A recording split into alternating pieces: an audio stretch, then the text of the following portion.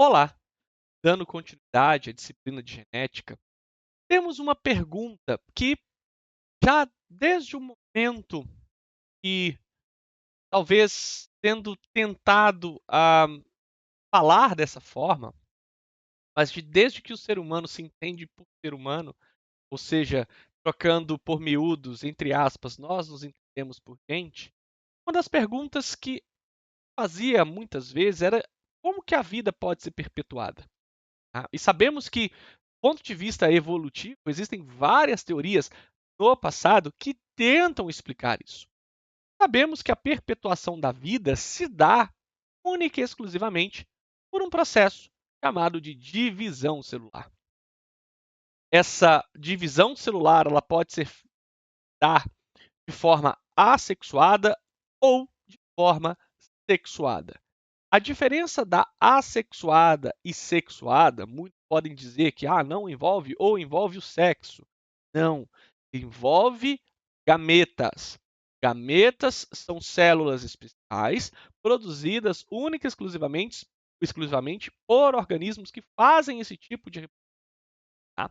O ato sexual é um ato, é um comportamento, mas a mitose e a meiose é que vão diferenciar o organismo entre reprodução sexuada e reprodução assexuada. Cabe dizer novamente que a reprodução sexuada ela envolve células especiais, são os gametas, que são produzidos única e exclusivamente por meio da meiose. Assim, tanto na célula pró quanto na célula eucarionte, o processo que eu chamarei de multiplicação celular, porque ao falarmos de divisão celular, dá a entender que a célula está reduzindo cada vez mais o seu tamanho. Pelo contrário, a proliferação de uma célula, no caso, o crescimento bacteriano no meio de cultura, em número, é uma multiplicação e não uma divisão. Vamos tirar um pouco o simbolismo da palavra divisão e falarmos do processo que efetivamente acontece, que é a multiplicação, onde a célula-mãe, tanto na pró quanto na eucariótica, dá origem a duas células exatamente iguais. E, tanto para procariotos quanto eucariotos, nós temos os exemplos de divisão celular.